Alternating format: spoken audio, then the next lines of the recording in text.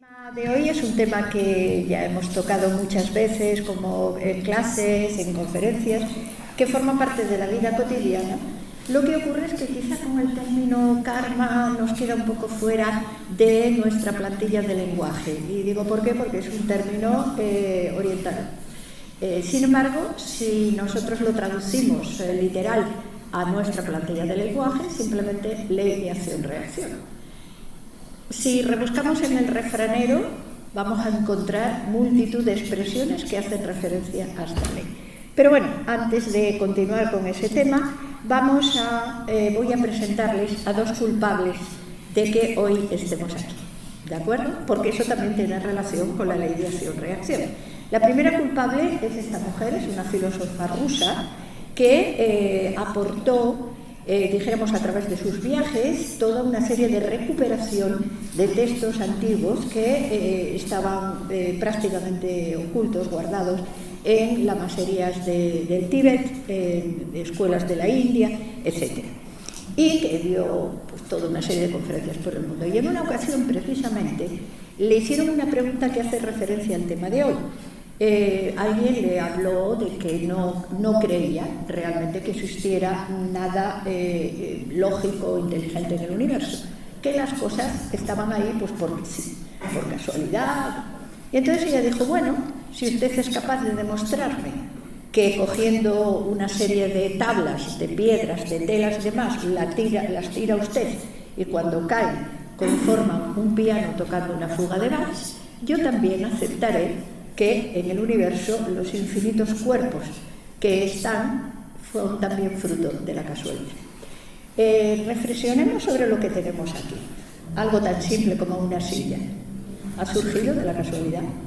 ¿O alguien la ha pensado? ¿Ha habido una necesidad de algo para la función y misión que cumple la silla? ¿Alguien la ha diseñado de acuerdo a esa necesidad? ¿Han tenido que hacer acopio de materiales? Y han tenido que unirlo, y es una silla. Ahora, pasándonos siguiente de la culpable, vamos a dejarla aquí como la primera culpable, vamos a ver unas fotos del universo. Ahí tenemos una galaxia, el sistema solar dentro de la galaxia. Sabe que nuestro sistema solar, es decir, donde nosotros vivimos y habitamos, está integrado en una galaxia que es la Vía Láctea. Una galaxia tiene multitud de cuerpos y de sistemas también dentro de sí mismo y pertenece a un nido de galaxias. Pero ahora seguimos. Fíjense en ese puntito que ven ahí señalado con la flecha. Ese es nuestro sistema solar, dentro de la galaxia en la que estamos. Ya estamos haciendo proporción, analogías proporcionales de tamaños. Es decir, si ese es nuestro sistema solar y para nosotros la Tierra es grande y la Tierra forma parte de ese sistema solar, que apenas es un punto en la galaxia, y volvemos otra vez a la silla, el trabajo que ha costado, imaginemos que surja esto en el mundo de la materia manifestada. ¿Qué es lo que hay previamente a ello? Bueno, seguimos. Hemos visto el macrocosmos. Y ahora vamos a ver comparativamente con el microcosmos. ¿Por qué voy a hacer relación entre esto? Pues simplemente porque quiero ir a la ley que rige esta manifestación. Tenemos el macrocosmos, es decir, lo que llamamos el universo, con todas sus galaxias, nidos de galaxias, y lo que tal vez todavía ni conocemos, la materia oscura, los agujeros negros, etcétera, etcétera. Bien. Y aquí tenemos una célula, aquí tenemos un átomo y aquí tenemos un huevo. ¿Por qué traigo estas imágenes? Piensen ustedes un poco, piensen en el sistema solar. ¿Cómo es una gráfica del sistema solar? ¿Cómo es el diseño de una célula o de un átomo?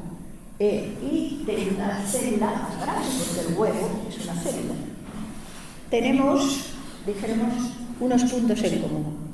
Tenemos lo que es el centro, lo que llamaríamos en el huevo la yema, y en el centro lo que llamamos el núcleo, lo que rodea el núcleo, que es lo que le nutre de alguna manera, y la dijéramos, membrana que rodea eso formando una unidad.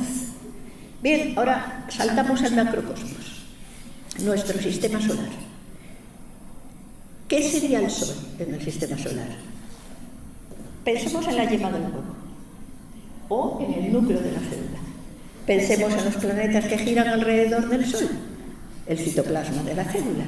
Y pensemos en esa energía que rodea al sistema solar que impide que los planetas se vayan por ahí a otros sistemas. Es decir, están de alguna manera unidos, integrados, y entonces vemos aquí una triple ley. Y esa triple ley, de alguna manera, rige el macrocosmos y el microcosmos, dando lugar a que se manifiesten todas las cosas de acuerdo a una ley. Bien, y ahora que hemos hablado de la ley, vamos a pasar a ver algo que es profundamente humano. Dejemos la Tierra ahí arriba y vamos a ver. Fíjense en esta foto y en esa foto. Son construcciones humanas. Aquello es mucho trabajo. Esto también es bastante complicado, pero esto es relativamente sencillo. Una estantería con libros. ¿Están ahí por casualidad? ¿Se han puesto ellos ahí, se han unido las tablas porque sí, y los libros se han colocado? Y no digamos si los libros están ordenados y clasificados.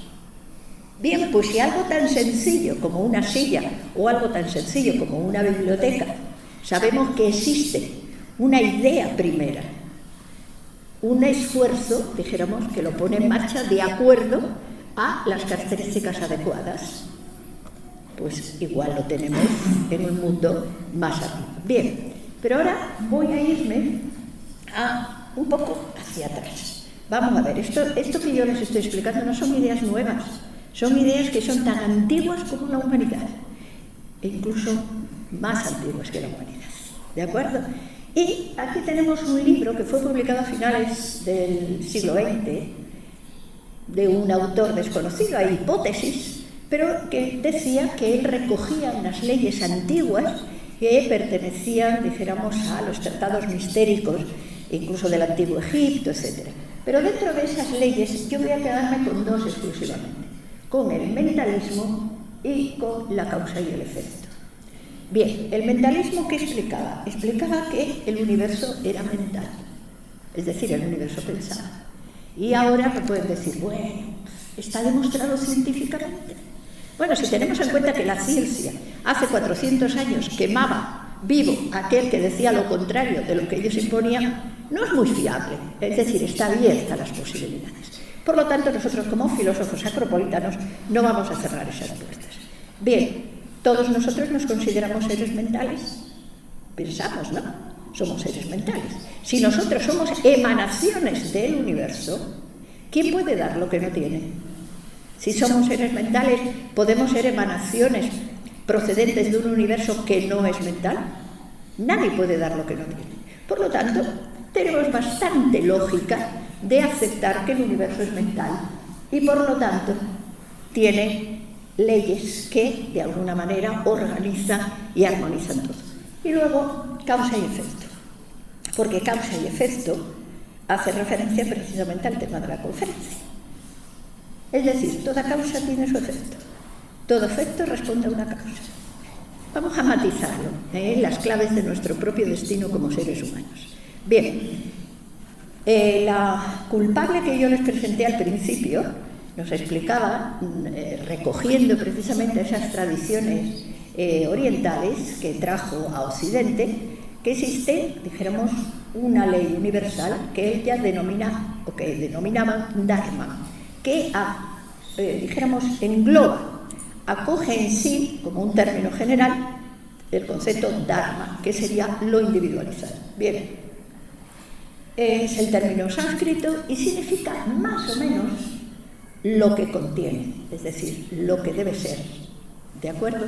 Es la gran ley universal que de alguna manera orienta el sentido de la vida, pero en un sentido de evolución permanente. Pero no de las galaxias solamente, sí hasta del último pequeño ser que podemos conocer en nuestro planeta. Pero entendamos, Yo con esto quiero que de alguna manera corrijamos nuestros condicionamientos educacionales del presente momento histórico. Porque cuando hablamos del término ley, asociamos como algo impuesto, como algo ahí, que nos imponen a la fuerza, que va en contra de nuestra naturaleza. Cuando es justamente todo lo contrario. Cuando hablamos de Dharma, hablamos de la ley natural. La ley natural que hace que una semilla dé un fruto. Eso es una ley, ¿de acuerdo? Y eso es Dharma. Pero no es una imposición, sino es la coherencia de la propia esencia de cada cosa manifestada. Y lo que subyace en el orden secreto del universo. Es lo que hace que los planetas giren alrededor de las estrellas, de la estrella que le corresponde en cada sistema, que cada planeta tenga, dijéramos, su obligación, por decirlo así, de acuerdo a esa ley. ¿Se imaginan ustedes si la Tierra, el planeta, que además, por si no somos conscientes, está en movimiento permanente? Esa es otra de las claves dentro de la naturaleza. Nada es estático. Incluso lo aparente, todo está en perfecto movimiento. Pues bien, ¿se imaginan ustedes que por alguna razón dijeran: a mí no me impone nadie el que yo tenga que girar alrededor de este Sol, yo ahora voy a buscar otra galaxia? ¿Qué pasaría? Juguemos a eso también, más allá de las películas de Hollywood que pone las extrañas catástrofes. Esa es la armonía que permite que existan las estrellas, que existan los cuerpos celestes, que existan las células también en el mundo manifestado, la ley moral que sostiene el universo, la causa, el origen y el fin de todo.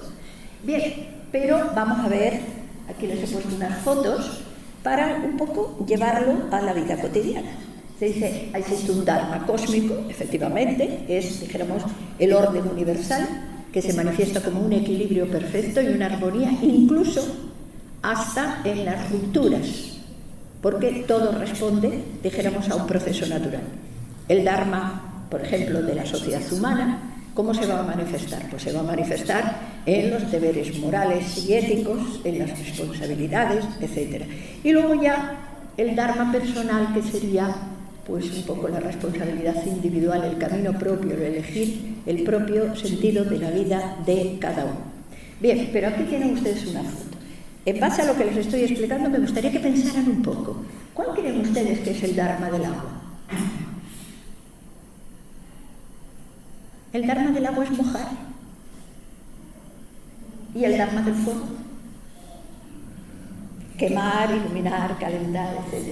¿Y el Dharma de una semilla? Por ejemplo, de una semilla de trigo, pues dar una espiga. Y el Dharma de la espiga, dar infinitas semillas. Bien, aquí tenemos un bebé, un ser humano, algo que todos los que estamos aquí hemos sido en algún momento. ¿Cuál será nuestro Dharma? Nuestro Dharma individual y nuestro Dharma colectivo como seres humanos. Vamos a seguir. Vamos a centrarnos en lo que al fin y al cabo nos preocupa, nuestro Dharma, el Dharma humano. Sí, los antiguos filósofos, cada ser humano, independientemente de todas estas valoraciones psicológicas que se hacen hoy día, la baja autoestima, la alta autoestima, etcétera, etcétera, casi todos coinciden en baja autoestima, O sea que dentro de lo que cabe el ser humano no es consciente de su infinito poder. Bien, pero cada uno de nosotros tiene un lugar único en el universo. Y ese lugar que ocupa cada uno de nosotros no lo puede ocupar nada más. Es decir, es un espacio que nos ha sido otorgado por la ley natural. Pues bien, si nosotros comprendemos esto y nosotros de alguna manera entendemos o intuimos que hay una forma de elegir nuestra manera de pensar, nuestra manera de actuar, nuestro comportamiento de la mejor manera posible, estamos conectando con nuestro Dharma, estamos viviendo nuestro Dharma, porque estamos comprendiendo que el Dharma no es una obligación externa e impuesta, sino es una ley de la que participamos todos. Y nuestra clave es encontrar, dijéramos, en conciencia esa cohesión interior, esa coherencia interior de vivir de la mejor manera posible, de acuerdo, con un acuerdo armónico con nuestra naturaleza y nuestro propósito de vida. Bien, hay un texto antiguo muy bello, yo les aconsejo que lo lean, que está integrado en el Mahabharata, forma parte de, dijéramos, de una serie de estancias que están en el corazón del Mahabharata, que es el Bhagavad Gita, donde hay un diálogo precioso entre un príncipe Arjuna y un enviado divino o un dios, una manifestación divina que es Krishna, donde Arjuna, que representa a la humanidad, le hace toda una serie de preguntas respecto precisamente al destino, a la manera de actuar, y donde Krishna le va a responder dándole la clave de cómo encontrar la forma de actuar con la propia, acorde a la propia naturaleza. Bien, aquí abajo tengo una frase del fundador de Nueva Acrópolis, que es, dejemos el otro culpable de que estemos aquí. Si quieren la pueden leer, si alguno de ustedes no la ve, yo se la leo, pero les voy a dejar 30 segundos para que la lean, ¿de acuerdo? Porque vamos a entrar al siguiente paso, ¿de acuerdo? ¿Todos la han visto? ¿Todas la han leído?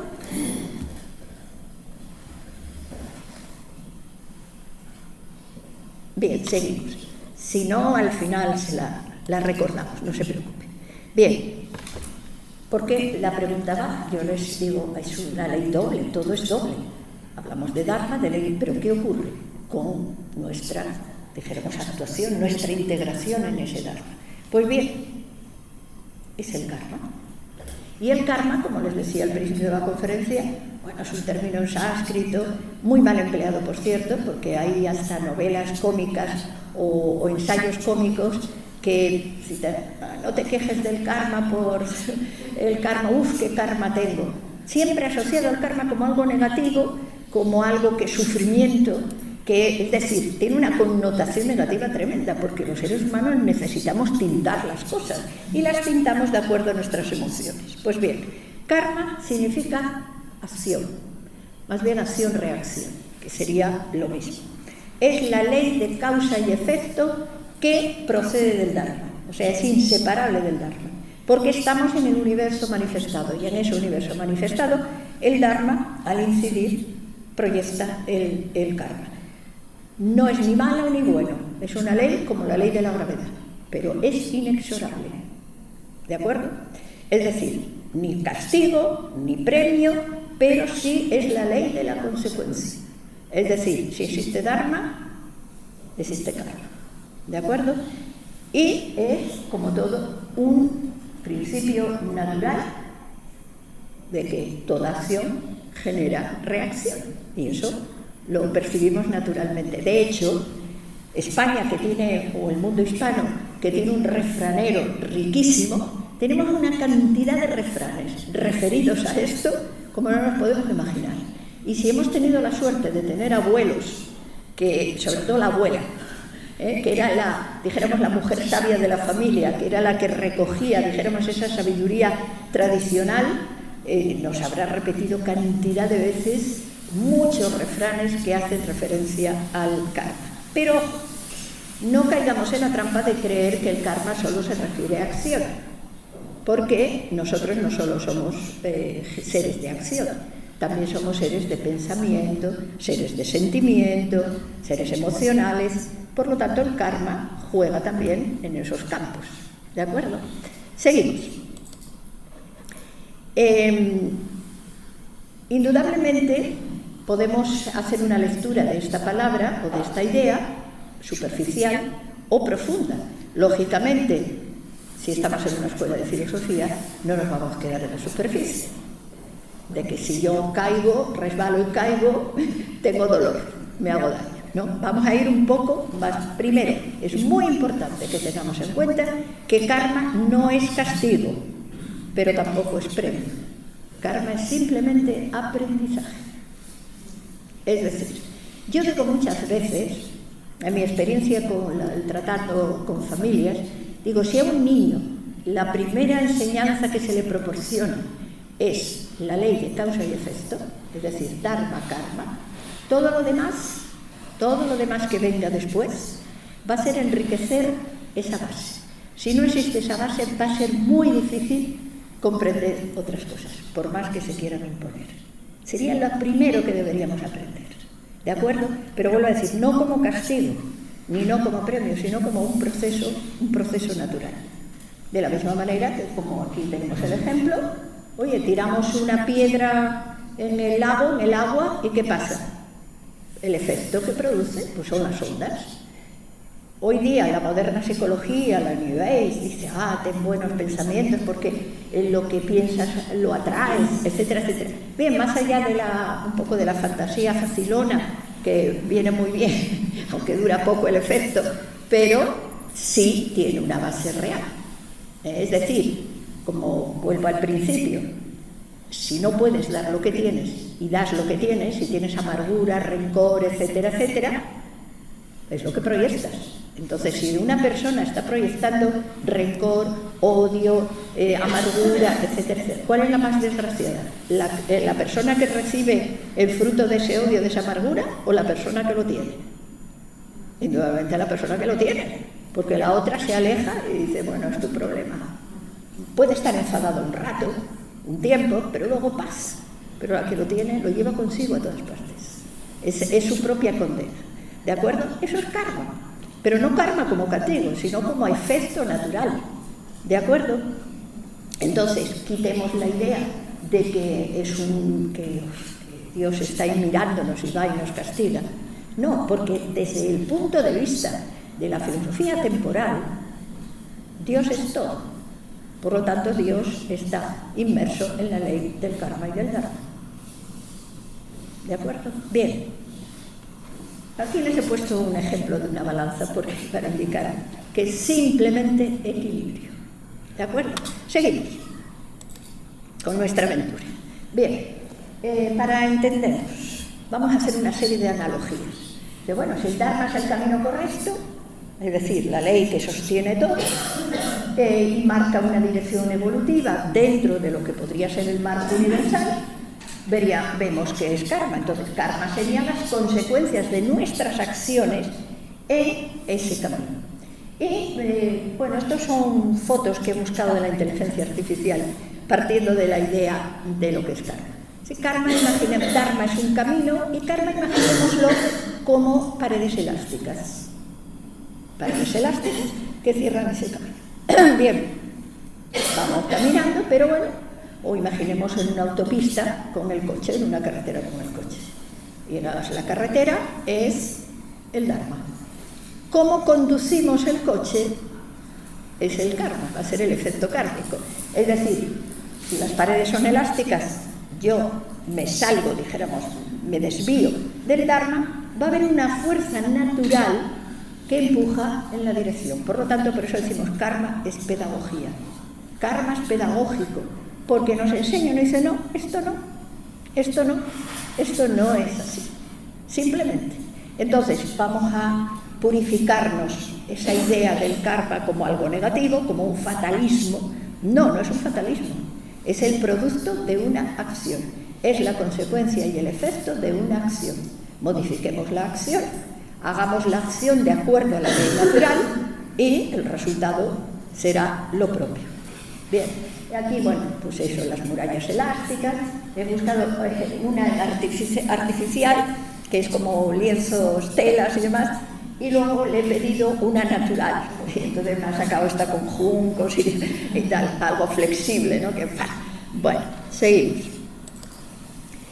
Bien, de la misma manera que hablamos de clases de dharma, también va a haber clases de karma, centrado en los seres humanos, que es al fin y al cabo los que estamos aquí reunidos. Bien, habría un karma colectivo que, como ya el propio nombre lo dice, afecta a un gran número de individuos.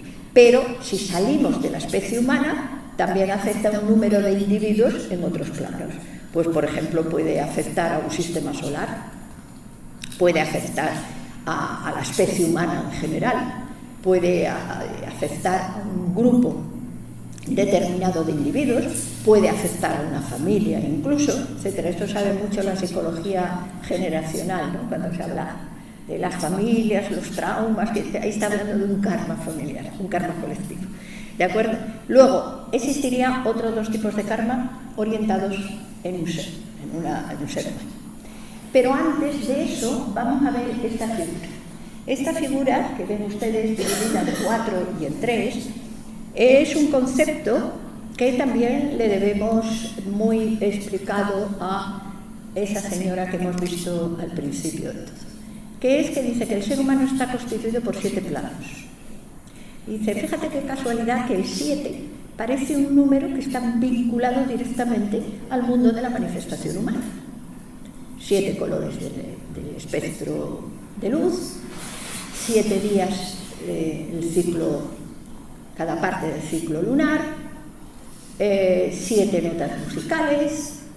Parece que el 7, la constitución de la Tierra en la que nos toca vivir es 70% de agua, es decir, 10 veces 7, y la misma proporción de agua en nuestro cuerpo, 70%, es decir, 10 veces 7.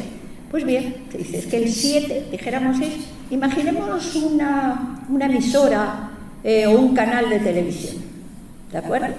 El canal tal entra por tal vía, demás. Pues bien, dijéramos que esta es nuestra vía de manifestación y nuestra relación con el mundo de la forma. Habría 4 partes, y esas 4 partes, 4 planos, mejor dicho, nos emparentan de alguna manera con los otros mundos: el mineral, el vegetal, el animal y el que es propiamente nosotros, el humano. El primero de ellos sería el físico, el heterofísico, es decir, la materia más densa. Pero fíjese que estábamos hablando del Dharma, ley natural. Esa materia está unida de una manera, no de cualquier manera, porque todos nosotros habitamos una materia física, pero cada uno de nosotros estamos definidos en nuestra propia individualidad. Es decir, nuestra materia no está mezclada caóticamente, sino cada uno, es decir, es heterofísico. Por otro lado, eso nos emparenta con el mundo mineral, vegetal y animal. Pero hay un paso más en el ser humano, que es el cuerpo energético, el plano energético. Que ahí, dijéramos, el mineral ya se ha quedado para atrás. Y el energético es lo que llamamos, por esto de generalizar, llamamos vida. Generalizar. Porque quiere decir la capacidad de crecer, la capacidad de nacer, de alimentarse, etcétera, etcétera. No se emparenta con animales y no se emparenta con vegetales. Pero hay un plano más. Si nosotros vemos un documental sobre animales o tenemos una mascota en la casa, en una mascota está clarísimo. Si tenemos un gato o un perro o incluso un pájaro, cuando llegamos a la casa y nos reconoce, bueno, se pone loco de contento, chilla, lo que sea. Le llamamos emoción. Si nosotros le golpeamos, sufre dolor. Entonces hablamos de sensaciones, hablamos de emociones, hablamos de instintos también. Y ahí, dijéramos, estamos emparentados con los animales. Pero hay un plano más para el ser humano, en su manifestación, que es, como decíamos antes, la capacidad de pensar. Pero es una mente doble, y la nombraban en sánscrito kama manas. Kama, que significa deseo, y manas, que significa mente. Bien, esto es lo que se va a manifestar en lo que llamamos vida manifestada. Es decir, que va del nacimiento a la otra dualidad, que es la muerte. Y, finalmente, habría 3 planos superiores o 3 niveles superiores en el ser humano que llamarían manas, buddhi y atma. Es decir, manas, mente pura, buddhi, intuición pura y atma, voluntad pura. Es decir, que sería la manifestación triádica de también la tríada universal, que vemos reflejada en todas las religiones. Desde Padre, Hijo y Espíritu Santo, Brahma, Vishnu, Shiva, Caos, Teos y Cosmos, Osiris y Sisión, etcétera, etcétera, etcétera. Como una manifestación también de... Bien, pues bien, si hablamos del karma individual de ciclo largo, quiere decir que hace referencia a las encarnaciones de la tríada, porque la tríada sería lo que encarna, ya que el cuaternario sería lo que está comprendido entre el nacimiento y la muerte.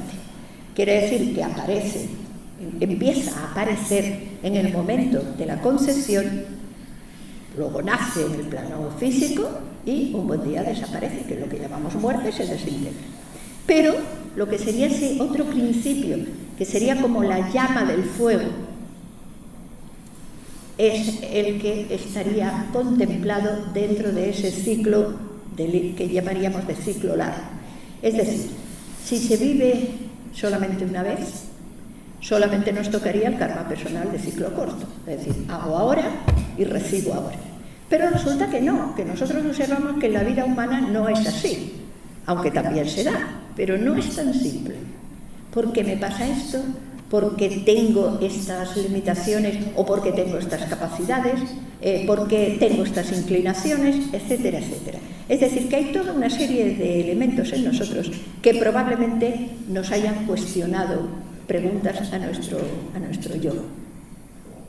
Bien, estarían contempladas dentro de ese karma individual de ciclo largo. ¿Por qué individual?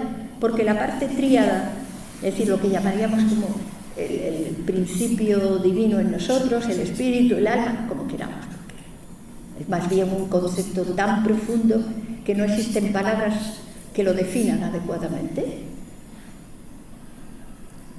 lo contempla. Y contemplaría, según la ley de las reencarnaciones, varias encarnaciones de ese principio que seríamos cada uno de nosotros, ¿de acuerdo? Mientras que el karma de ciclo corto es el que sucede en el proceso de nacimiento y muerte.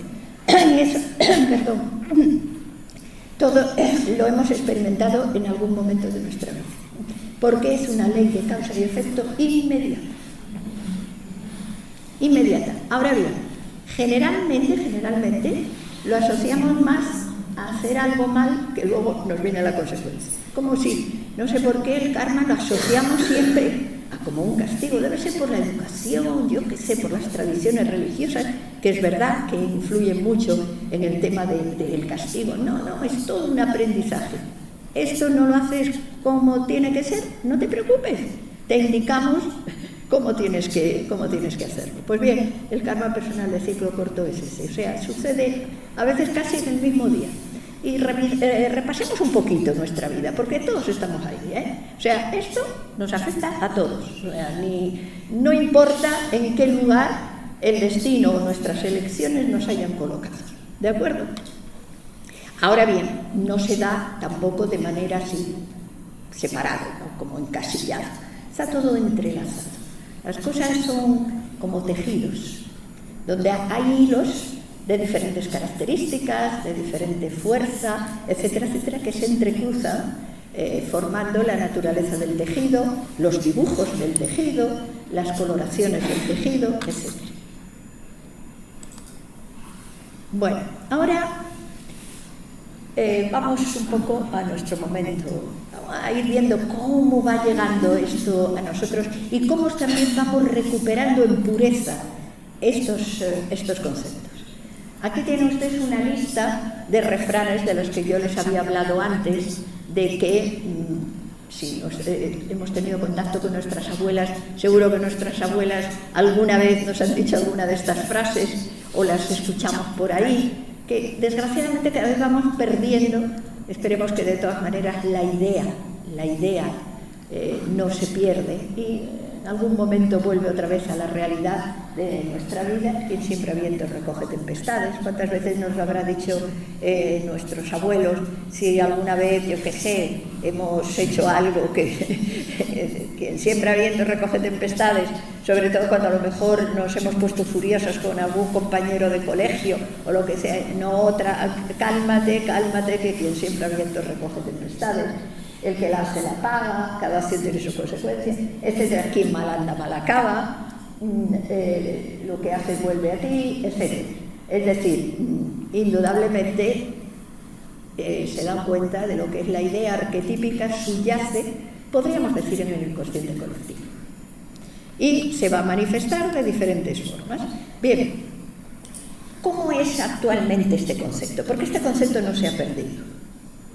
Por más que yo no creo en esas cosas, ¿no? Forma parte del inconsciente colectivo. ¿Eso qué quiere decir? Que está conectado realmente a la mente del universo. Y de ello, como decía el famoso oráculo de Delfos, que reproduce Jung en su casa y en su torre Polygen, evocado o no, el Dios está presente.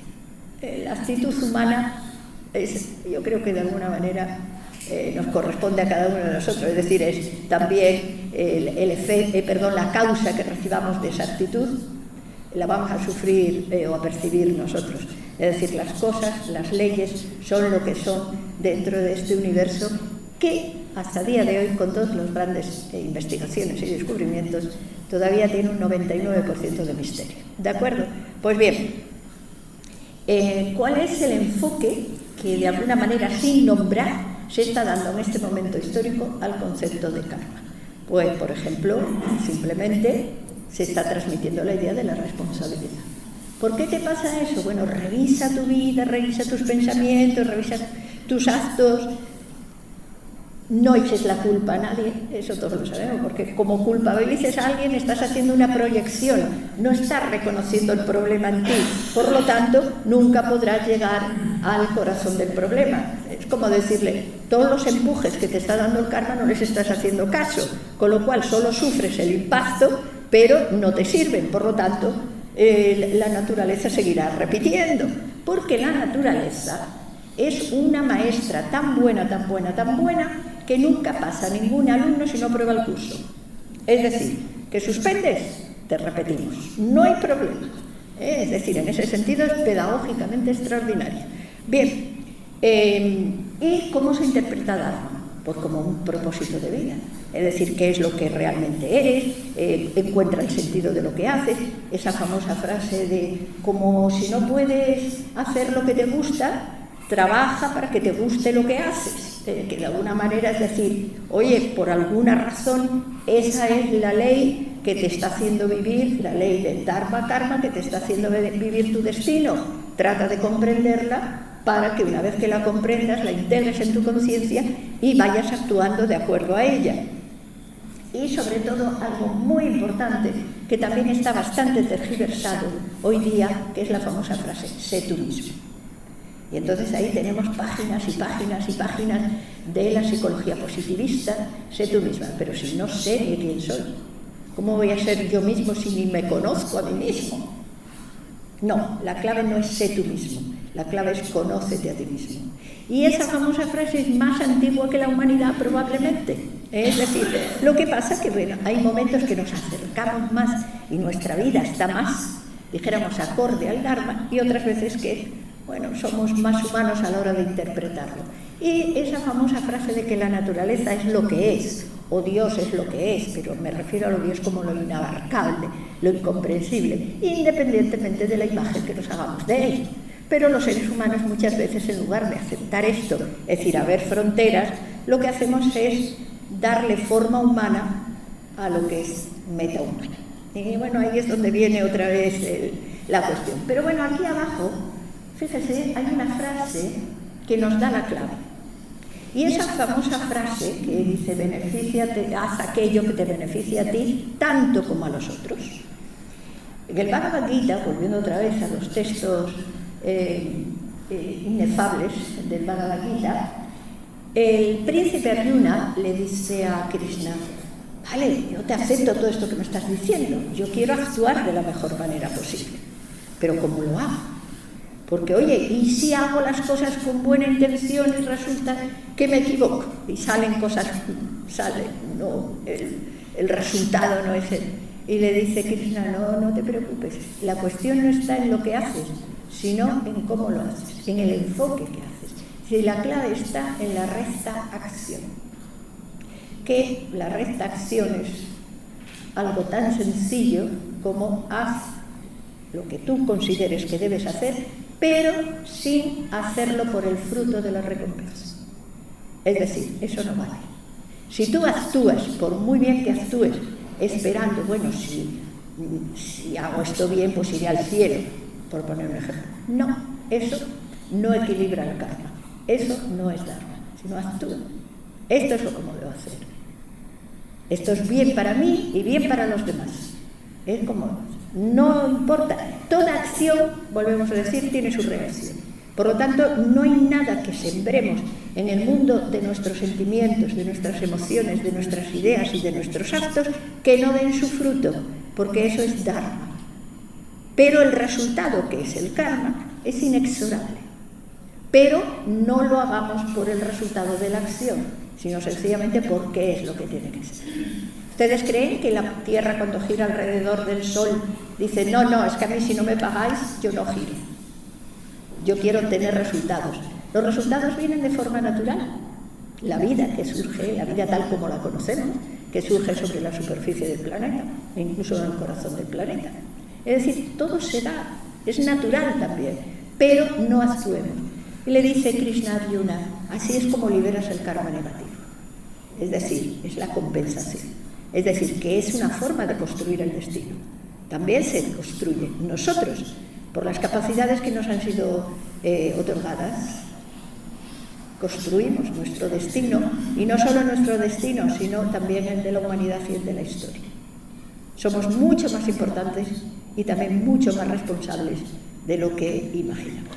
Bien, seguimos, porque ahora vamos a pasar a la segunda parte de la conferencia. Uy, ya me estoy alargando demasiado, así que espero que me disculpen. La vida es dual, ¿de acuerdo? Y su dualidad es lo que llamamos nacimiento y muerte, ¿de acuerdo? En el manifestado, ¿de acuerdo? Pero, ¿qué ocurre? Vamos a ver ese periodo de tiempo entre el nacimiento y la muerte. ¿Cuántos años? Imaginemos una persona que ha vivido bastante. 80 años, 85, poco bien, 85. Y ahora, dígame cuántos años ha pasado esa persona durmiendo. La tercera parte. Es decir, que la tercera parte, pongamos, de 90 años, son 30. Es decir, a 90 años le quitamos 30, tendremos 60.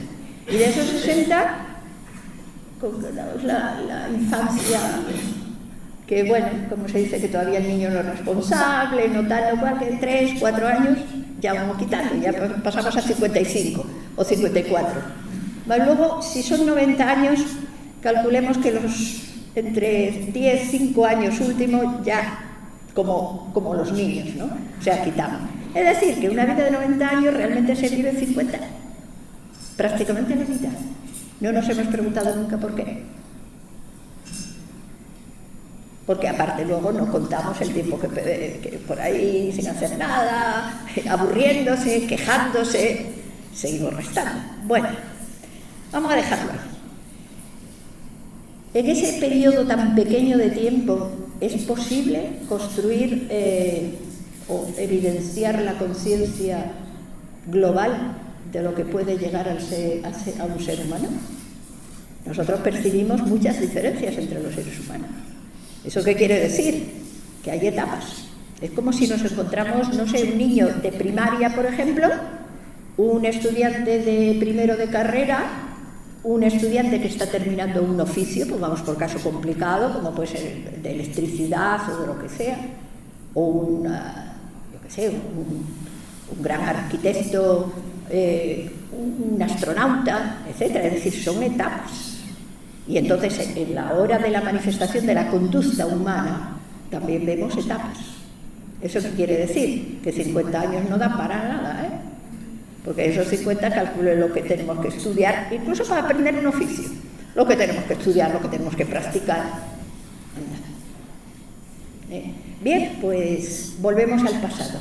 Y no solo al pasado, sino vamos a hacer la trayectoria de toda la historia de la humanidad. Porque esta idea, la de que ese principio que hemos visto, esa tríada, no nace una vez, sino que nace muchas veces y que cada una de alguna manera es continuidad de la anterior. No es algo que se hayan inventado los esoteristas, no es algo que se hayan inventado, no sé, las corrientes modernas de ocultismo ni las antiguas. Es algo que ha pertenecido como patrimonio de la humanidad desde la noche de los tiempos.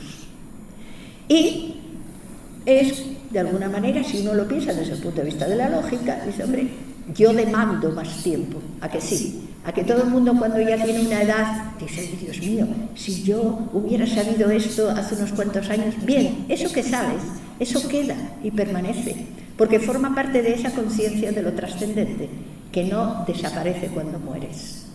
Y a partir de ahí sigue. Es decir, no es que se viva de nuevo, es que se continúa viviendo. y se continúa viviendo aprendiendo, tanto en ese trayecto que decimos nacimiento y muerte, en el trayecto muerte-nacimiento, nacimiento-muerte, porque si se dan ustedes cuenta, y yo hablaba hace un momento del sueño, el sueño es un ciclo, vigilia, sueño, vigilia, sueño. Y los antiguos, si leen la teogonía de Siodo, verán que dice, el sueño, himnos, y tánatos, muerte, son hijos de Nix, la noche. Uno es el hermano pequeño y otro el hermano mayor. Porque todo en la naturaleza es cíclico. Los microciclos, los ciclos pequeños, los ciclos más grandes, los grandes ciclos, etcétera, etcétera, etcétera. Vida es todo. Y se divide en ciclo, nacimiento, muerte, muerte, nacimiento, nacimiento, muerte, etcétera. De la misma manera que sueño, vigilia, sueño, vigilia, sueño, vigilia. Bien, vamos a dejarlo ahí. Lo vamos a dejar como posibilidad. No es un enfoque religioso, no es un dogma, no es nada. Lo vamos a dejar como posibilidad, porque vamos a llegar a cosas interesantes. Esto no es una creencia religiosa. Esto es, dijéramos, una transmisión de una idea que ha formado parte de la conciencia, no digo del inconsciente, sino de la conciencia colectiva de la humanidad. Y que lo vamos a ver en distintas civilizaciones, en el Antiguo Egipto, lo vemos en Grecia. Por cierto, Grecia nos narra Platón un mito muy interesante, que es el mito de Er, porque va en relación con la memoria. ¿Por qué olvidamos de una vida a otra? Olvidamos los detalles, pero no olvidamos el fruto de la experiencia. De la misma manera que en el sueño olvidamos también detalles. Y no solo eso, sino también de la vigilia. Piensen ustedes, salvo que pasara algo súper trascendente en su vida, ¿qué hicieron el 3 de febrero del año 1920? Bueno, podemos pensar, estábamos con la pandemia que empezaba, bueno, sí, una generalidad. Si vamos un poco más para atrás, no, incluso hace 2 meses. Si nos interrogan, ¿recuerdan el 12 de diciembre que hacían ustedes a las 7 de la tarde? Salvo que fuera algo muy específico, muy preparado, ni le damos importancia. Pues bien, en el mito de Er, Platón nos narra esa tradición que hay unas aguas, las aguas del Eteo, donde el alma cuando va a encarnar de nuevo, cuando va a nacer de nuevo, bebe y olvida. Pero a Er se le permitió, o se le indicó que no bebiera para poder recordar y contar lo que es realmente ese intervalo después entre nacimiento y nacimiento. En el cristianismo primitivo también existía, fue erradicado en el Concilio de Trento, existe también, se cita en el Evangelio. Recordarán ustedes cuando hablan del suceso de Juan Bautista, que le preguntan, ¿eres Elías?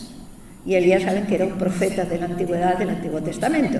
Por lo tanto, está hablando de si eres Elías, y siglos después quiere decir que es Elías que ha vuelto, por ejemplo. Y bueno, en la India, quizás es donde más, en la India y Tíbet, donde se ha transmitido de manera más natural, que va a ser importante en algo que les voy a contar a continuación. Bueno, vamos a darle un enfoque filosófico. La ley cíclica, nada es estático, todo es devenir, nada se pierde, todo se transforma. Y esta es una frase que incluso la ciencia de hoy día la reconoce. La energía ni se crea ni se destruye, solo se transforma. Pero no pensemos que la energía es algo intangible. La energía es algo intangible y tangible. La eternidad no es permanencia, sino continuidad. Y la idea de la reencarnación estaría en esta idea. Bien. ¿Qué es lo que encarna? ¿Qué es lo que realmente vuelve a nacer? Pues les he enseñado antes esa imagen. Serían los 4, dijéramos la tríada, y toma esos 4 cuerpos en cada. Es decir, hace 100 años no existiría en forma ni nombre todos los que estamos aquí. Dentro de 100 años tampoco. Pero hay algo en nosotros, en nuestro interior más profundo, que dice, sí, yo era y seré. Aunque solo sea un deseo. Pero nadie puede desear lo que no existe previamente. Ese también es otro de los grandes misterios. Bueno, volvemos a decirlo antes, en relación con las leyes de efecto, causa y efecto, todo es aprendizaje. Por lo tanto, cada nacimiento es un aprendizaje. Y se nos van a ofrecer toda una serie de características y condiciones para que se realice ese aprendizaje. Ahora bien, esto es lo que dice la famosa frase, no confundir el plano con el territorio. Se nos van a dar una serie de características, que vamos a decir por cada. Familiares, de coeficiente mental, de posibilidades, etcétera, etcétera. Pero ese es el plano. El territorio es lo que hay que recorrer. Y la forma en que lo recorremos es la elección que nosotros hacemos. Es decir, hay circunstancias que se nos van a dar sí o sí. La cuestión es qué hacemos con ellas.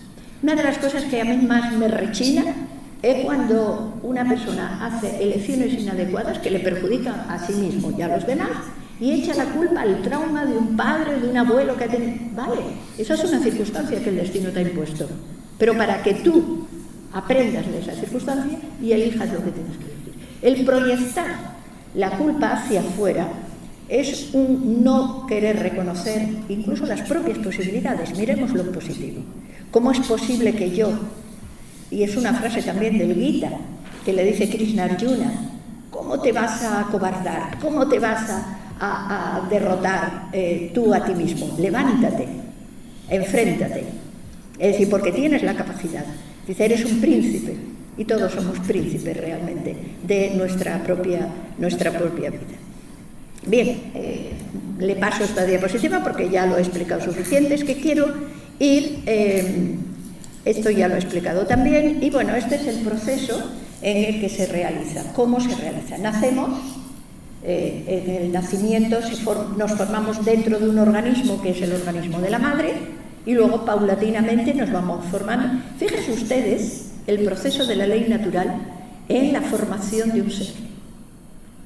Partimos de dos células microscópicas. Se unen y empieza un proceso. Y al final va a surgir un pequeño ser que tiene huesos, es decir, sólido, de dos células microscópicas y con una serie de características. Fíjense que aquí dice, el influjo de la vida celeste dura varios años. Es verdad, todo el mundo dice, los niños son angelicales. Es decir, el Devacán, ese periodo entre muerte y nacimiento, nos limpia de alguna manera, nos facilita, dijéramos, el volver a la esencia del Dharma. Bien, crece, porque tiene una potencia interna, esa criatura crece no solo en lo físico, hasta alcanzar, dijéramos, su objetivo arquetípico, y llega a la plenitud de sus capacidades, donde tiene que empezar a construir conscientemente su vida, hacer sus elecciones, no solo para sí, sino para el mundo que le rodea. Y luego, de la misma manera, es el mismo ciclo, de la misma manera que encarnamos, nos vamos yendo. ¿Se dan cuenta que la vejez se parece mucho a la infancia? Se pierde la capacidad de andar, se pierden los dientes, se pierde el pelo, se pierde el habla, se parece mucho. Es decir, el alma o el principio empieza a salir, empieza a liberarse, dijéramos, de las limitaciones de lo material. Se pierde el cuerpo físico. Y ha explicado Blavatsky que se pasa un periodo, de alguna manera, de inconsciencia, un poco para limpiarse de los traumas, del sufrimiento, de ese paso, porque el cuerpo se resiste de alguna manera, la materia se resiste a diluirse, ¿no? Y depende ya del nivel evolutivo, pues nos quedamos en lo que las tradiciones dicen el Kamaloka y el Devacán, o el purgatorio y el cielo. Bueno, eso ya, cada tradición tiene sus propios nombres. Bien, aquí tienen una gráfica. No es correcto esto de muerte-vida porque sería muerte-nacimiento, pero bueno, forma parte para una comparación que ya les he explicado. Bien, y ahora vamos a pasar a algo interesante. Esto ya lo hemos visto. Bien, momento actual. Momento actual que vivimos, el momento de las demostraciones científicas. La ciencia, de alguna manera, respondería a uno de los 4 arquetipos platónicos, que es lo verdadero, la verdad. Pero la ciencia es humana y depende de las actitudes de los humanos. Por eso, en un momento determinado, la ciencia impone que esto es así, y 200 años después dice lo contrario. Bien, pero la verdad es lo que es, independientemente de que los seres humanos sean capaces de captarla o no. De ahí la necesidad de una actitud, dijéramos, abierta y de respeto, sobre todo de conexión con la naturaleza. Bien, voy a contarles, al margen de las tradiciones de la antigüedad, el momento presente, contemporáneo, siglo XX, siglo XXI. He tenido además la suerte de ver algunos vídeos del centro de estudios que hay en Estados Unidos. Bien, en Estados Unidos hubo un psiquiatra infantil, que es Ian Stevenson. Pueden encontrar libros de él en Amazon, la mayoría están en inglés, pero hay alguno traducido. Este hombre era psiquiatra infantil y empezó a trataba casos de niños con problemas y empezó a observar toda una serie de fenómenos que se repetían en algunos niños, que decía que recordaban que eran de otra familia, de otro lugar, etc. Incluso narraban a veces situaciones traumáticas. Decían que habían muerto, pues a lo mejor de una manera traumática. Él no lo enfocaba ni desde el punto de vista del esoterismo ni de la religión. Simplemente lo enfocaba como un psiquiatra recogiendo datos, ¿de acuerdo? Pero él llegó a una serie de conclusiones.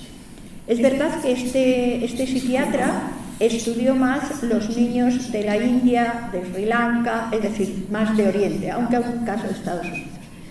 Eso voy luego a analizar lo que es interesante de la continuidad. Bien, llegó a una conclusión, recogiendo estadísticas de los casos que veía. Los recuerdos aparecían entre los 2 y los 5 años. Y el niño empezaba a manifestar, o bien porque lo había soñado, o bien porque tenía visiones, etc. No era porque se hiciera hipnosis. Hoy día todos reconocen que la hipnosis no es válida para analizar estos casos. Y lo que sorprendía a este psiquiatra era el detalle, porque los niños daban nombres, fechas, etc. Y a partir de los 7 años estos recuerdos desaparecían. Es curioso que a nivel de la filosofía esotérica, los ciclos de la humanidad, de la edad del ser humano, van en ciclo de 7. 7, 14, 21, 28, 35. Bien, eso sería tema para otro. Bien, pero a los 7 años ya se diluía la persona. Y en ciertos casos había cosas muy interesantes. Un niño a lo mejor tenía una mancha o tenía una deformidad, y ese niño narraba que en una vida anterior había muerto porque le habían golpeado, le habían atravesado, justo donde tenía la señal. Él dice, no es que pruebe la reencarnación, simplemente yo registro esto. ¿De acuerdo? Bien, vuelvo a decir, eran niños orientales, pero él no se queda ahí, va a tener un discípulo, un colaborador, que es Jim Tucker, que también sigue con el mismo proceso. Este era escéptico, era realmente escéptico respecto a la teoría de la reencarnación, pero se sentía insatisfecho con el tratamiento para estos niños que presentaban estas situaciones. Y entonces decidió continuar los estudios de su predecesor y investigar. Pero lo interesante es que no lo hizo con niños de países orientales, que tienen, dijéramos, más asumido de forma natural la idea de la reencarnación, sino que la hizo exclusivamente con niños en Estados Unidos, que es una sociedad, como ustedes saben, pues muy condicionada a la posesión material. Y entonces, ¿qué era lo mismo? Y entonces dice, bueno, aquí hay toda una serie de situaciones que merece la pena tener en cuenta. Con lo cual, piensa en la conciencia de algo más profundo que va más allá incluso de la mente, puesto que a los 2 años la mente de un niño no está todavía constituida, que vive. Quizá es lo que forma realmente parte de esa vida. Bien, como a mí me gusta ser investigadora, digo, voy a preguntar a la inteligencia artificial, ¿qué dice de la reencarnación? ¿Es posible? ¿No es posible? Eso es lo que me ha contestado. Simplemente me ha dicho, no es una idea fatalista, profundamente optimista, porque nos hace responsables y partícipes activos de lo que llamamos vida, porque aquí y después. Y a continuación, la vida que continúa. Siempre podemos mejorar, siempre podemos reparar, siempre podemos avanzar. Y la naturaleza es muy generosa, pero tampoco malgasta nada, ¿eh? Es justa y no nos va a dar un solo intento, y mucho menos un castigo en la eternidad, que no sabemos ni podemos concebir siquiera lo que es la eternidad por lo que hacemos en una vida de 50 años. Por lo tanto, efectivamente, es optimista esta idea. No estamos limitados a un solo intento, cada día es una nueva oportunidad, tal vez somos seres... Todo esto es producto de la inteligencia artificial, ¿eh? No lo he sacado yo, ni lo yo las ideas que he expuesto, las he puesto por años de estudio y demás, pero es curioso. Dice bien, no se puede demostrar empíricamente ni lo uno ni lo otro.